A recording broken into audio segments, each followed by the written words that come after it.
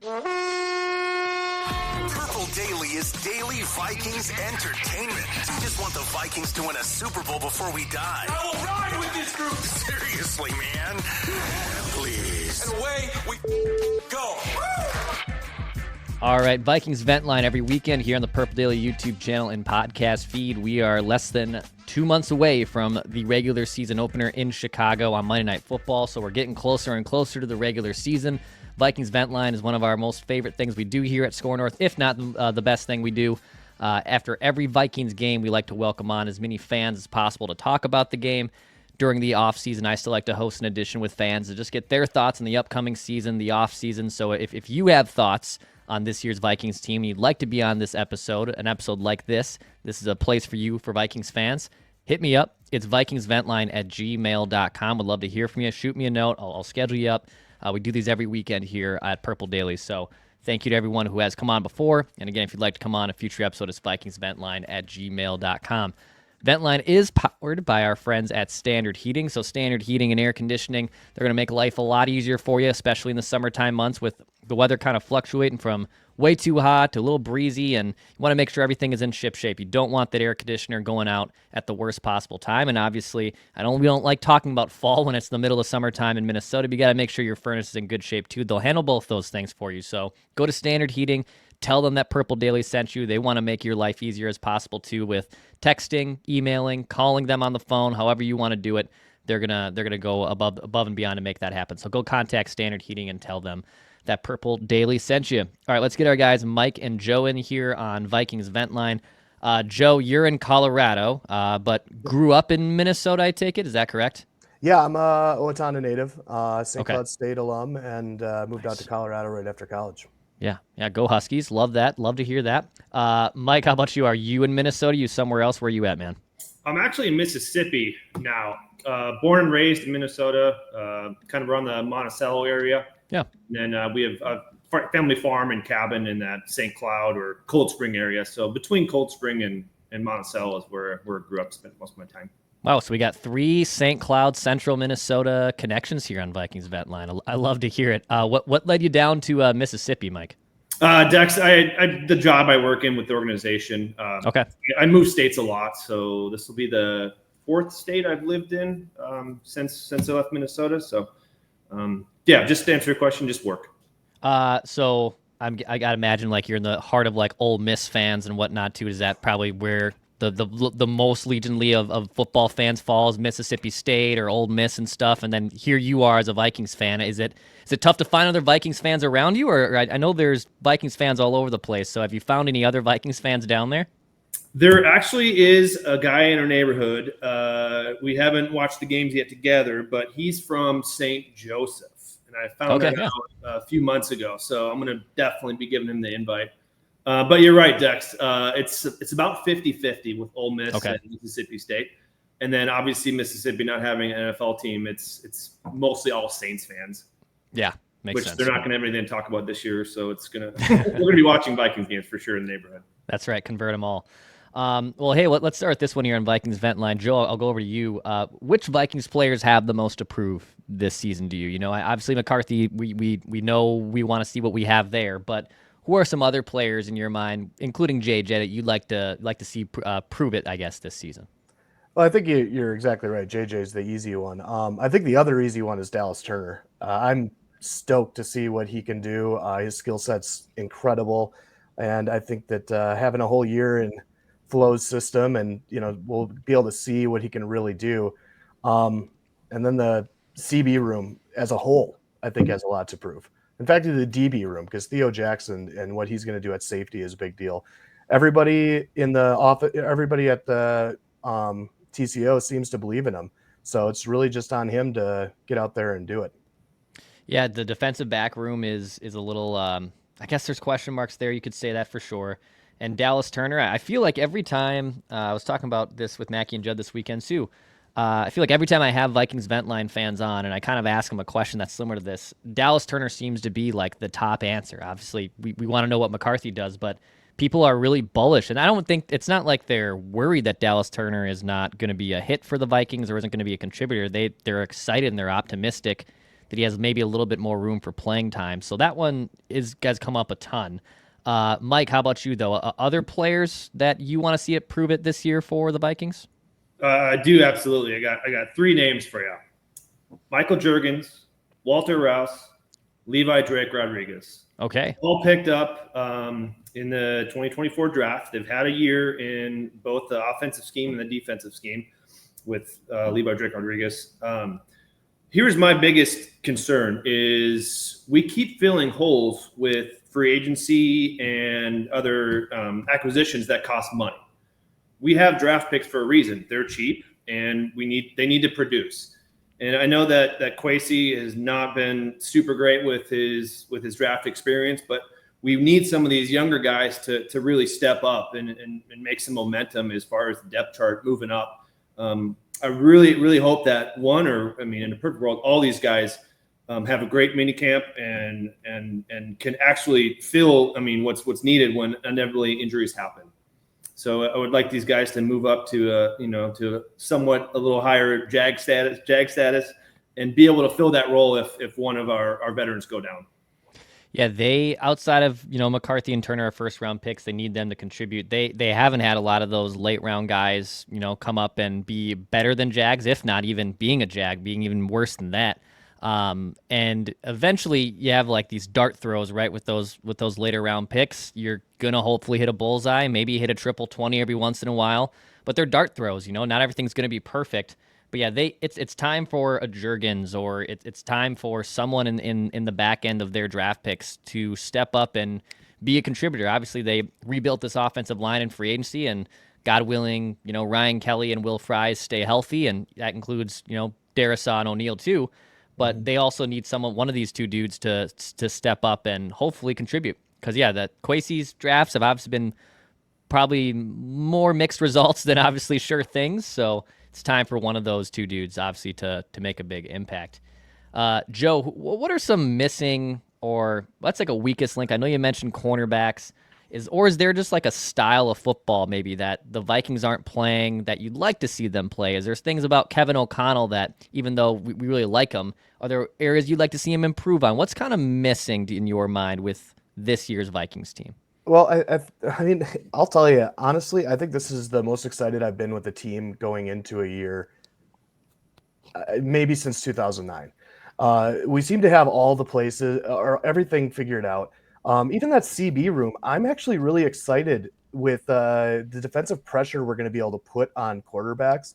I think that our D-backs are going to be all right. It's just going to be interesting to see who steps up. I think, when really thinking about what's the weakest link on the team, I think it's just having some dynamic special teams. We don't really have a returner. We don't really have anybody that really excites you that can change the game. Back when we've had those big time teams, we had Percy Harvin or Cordero Patterson that, could just, the Packers go down and score a touchdown, and then next thing you know, we're back in for 6. So having something like that, I think with the NFL's dynamic kickoff rule too, I'd really like to see some creativity. I haven't seen anybody really do that in the NFL. And this is a whole new rule set, and I'm wondering where that is. So I'd really like to see something interesting on special teams, and even really with the punting game. As much as I love Ryan Wright, he hasn't really impressed me as much as he did when he first showed up. Yeah. And having somebody that can pin somebody back. So with how balanced I like our team right now, special teams is what I'm looking at for kind of the weakest link at the moment. I know kickers are, give Vikings fans PTSD, and they rightfully should. And looks like Will Reichert is a solid kicker. But you bring up something I think, we don't really talk enough about, where, they don't have a dynamic kick and punt returner. There isn't a lot of creativity involved, and it's an area where sometimes you take it for granted because you think, all right, kicker, you make your field goals, punter, you pin them back behind the 20, just take care of that. But also it's an area, right, where you can try some unique things, and they haven't really, I think, either had like the return men and specialists to do so. So that's a fun one, because I don't think we think about that when we talk special teams. We just think of the black and white of the punter and the kicker. And I actually really like that one. It's a good one to actually bring up to Mackie and Judd too. Mike, how about you, man? What area, or what style of football, or what position groups are maybe missing from putting this team maybe over the top, or just something you'd like to see the Vikings improve on in general? Yeah, and Dex, when you let Joe go first, I knew this was going to happen. He definitely sniped me. I got Mike's camp notes here, and you can see special teams, man. I love it. I know you can agree with me, and you feel the same way about kicking and punting. And I mean, two specific plays from last year that almost cost us the game on special teams is week 4 against the Packers, going in just before the second half. Ty Chandler muffs the punt. They get an easy touchdown, and that breathed life back into Wisconsin just before the half. That was just bonehead play on special teams. And moving forward past that, week 11, when the Bears had to do an onside kick, and Johnny Munt bounced off his foot, and they actually converted an onside kick to make that game way closer than it ever needed to be.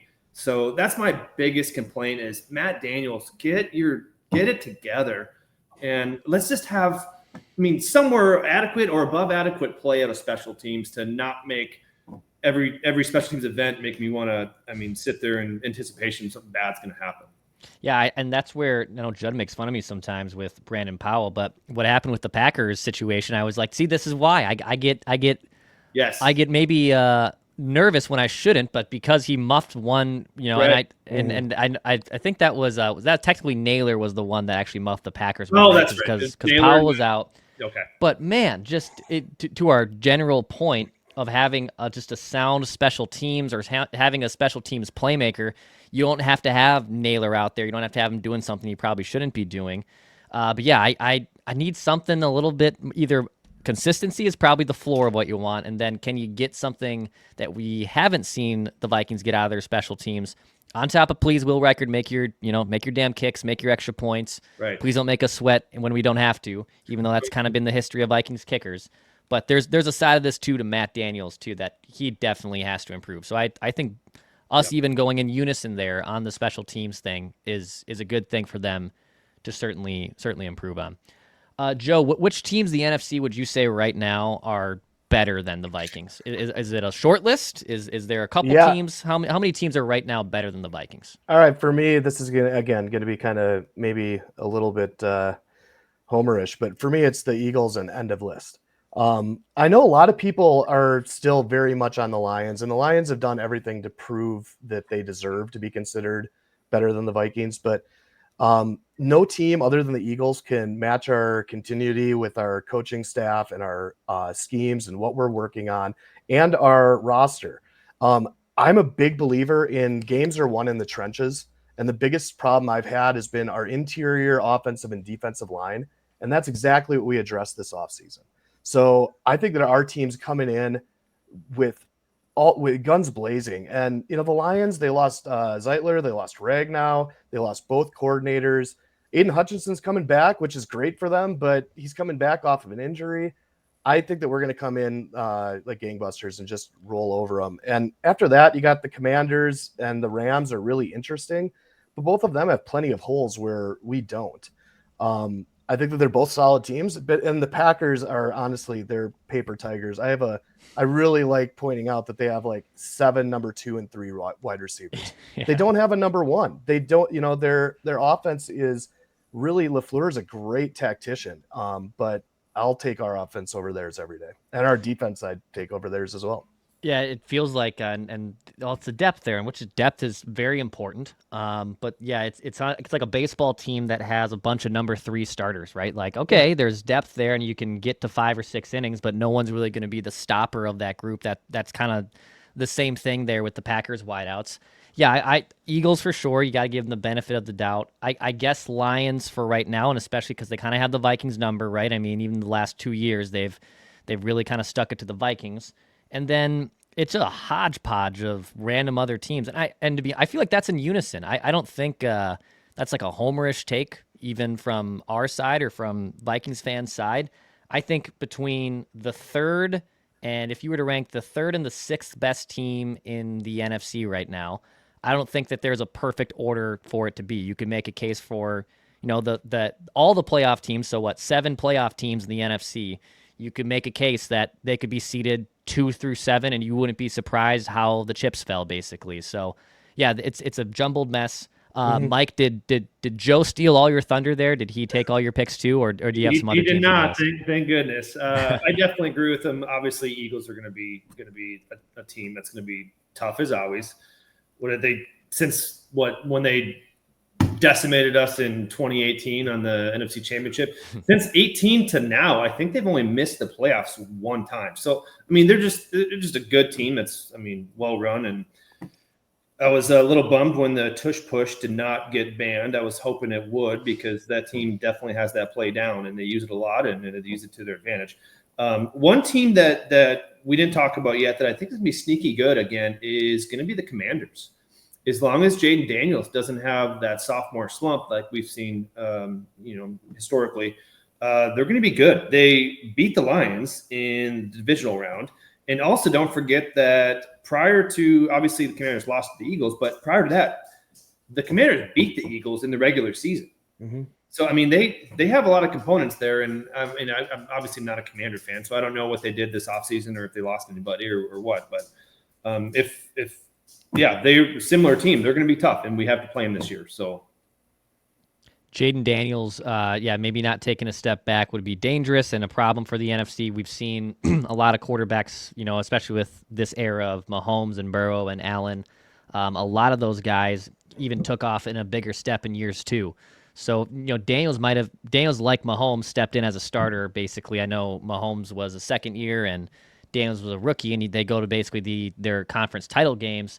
But then they have basically been back there. Mahomes has been back there pretty much every single year, and Burrow and Allen have given him some fits. So I'm glad the Vikings aren't in the AFC, so they don't have to go against those dudes. But Jaden Daniels, quickly emerging, maybe almost out of nowhere as the best quarterback in the NFC, also wouldn't be too far-fetched to assume that throughout this season either.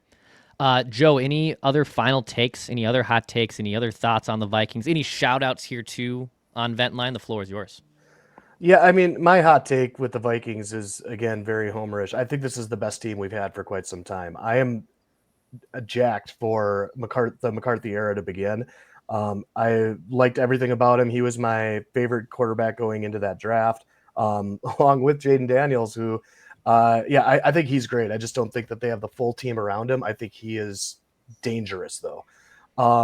As far as shout-outs, like most people, I got to start out with a wife who puts up with me and, my obsessive fandom. She's always, supportive of it. And she actually enjoys what I do because I started, kind of founded a Scolorado, our Vikings fan club out here in Colorado. Heck yeah. We've got 3 really big Vikings bars in the Denver area. And cool. Ours is kind of the third on the scene.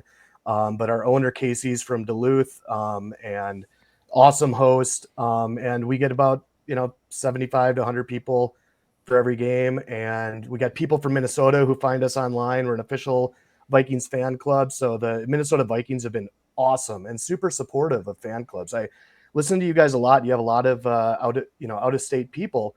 I highly encourage you guys, find a bar that'll put on your game, put the Vikings on with sound. Tell them you're going to recruit Vikings fans. It's so much more fun to watch together. And I run sound. I do the Vikings horn. I do the Galler horn. We have a great time. Also, I just got to, my family, my grandpa was a 1961 season ticket holder. Those stuck in the family. My cousin Matt, my uncle Kevin, and I all shared our season tickets for a while, which is great. And of course, I because it's a football show and I'm from Owatonna, I got to shout out the best high school football coach in the state, Jeff Williams down there. Was actually a finalist for the National Coach of the Year this year. He was also my favorite science teacher back at OHS, so I really appreciate him. Yeah, that's awesome that all these we get to talk to fans from all over the country, just like you guys in Mississippi and Colorado. I know, and Joe, you probably know it way better than I do. I feel like Denver has become such a transplant state in the last, 10 years. It's really been, and maybe I've just been more aware of it through that time period where you got places like the Carolinas that have military, so there's, transplants naturally over there. I feel like there's a huge Vikings fan base out there, and then Colorado too, just from all the Minnesotans and Midwesterners, honestly, that have moved down there. So pretty cool to see that you got the Vikings fan club down there. There's awesome bars and get to celebrate with some Vikings fans. Mike's kind of alone in Mississippi, but if he's ever in Colorado, he's got some backup there. Oh, absolutely. Makes it up there. I love that. Mike, how about you, man? Any other final takes here? Any shout outs on Vent Line? Yeah, just a couple last little comments. Obviously, super jazzed that we finally solidified our offensive line with Donovan Jackson, Ryan Kelly, Will Fries. That's just great. I'm guessing I'm not alone as far as Skull Nation that was sick and tired of seeing Garrett Bradbury just get trucked time and time again in pass protection. So thank goodness that was addressed. And then obviously with Jonathan Allen and Javon Hargrave, that's going to be a huge help for B-Flow's defense. The one little comment I think they're really going to help with, and we saw it a lot twice in the Rams games last year with Matt Stafford, veteran quarterback, obviously good at reading our defense, was able to anticipate the blitz or perceive the blitz and just throw those what would Thor Nystrom call them, those dagger routes. Yeah. Just underneath and just it's cut by, just death by a 1,000 cuts type deal. So I think with those two additions, the Jonathan Allen and Javon Hargrave, I think that's going to help out to prevent some of that stuff from veteran quarterbacks picking us apart like that. I like it. And then just a couple shout outs. Obviously, got to talk about some really good buddies I have from back home in Minnesota. Give a shout out to Greasy Tony. He's a Maple Grove guy. He's going to like this. And then a couple other really good friends and groomsmen in my wedding is going to be P Unit, Paulski, and J Money. And so after this airs, I'm definitely going to send them the link, and they're going to be pretty surprised. So. I love that. I mean, you got the king of nicknames over there. Those sound like dudes I want to hang out with. Those sound like some great guys. All fun guys. And then obviously just shout out to my wife. Can't forget my wife. Yes. If I didn't give her a shout out, and definitely appreciate her for tolerating my rants on Sundays.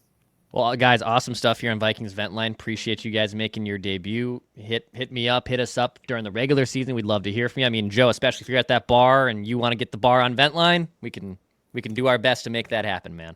I'd love to do it, man. If anybody's coming out to visit Denver during the season, Tavern on 26th in Lakewood, fantastic atmosphere. Love to have people out when they're visiting. Love that. All right, guys, thank you so much. And again, if anyone wants to come on a future episode, it's VikingsVentLine@gmail.com. Purple Daily. It's daily Vikings entertainment where we just want to see the Vikings win a Super Bowl before we die.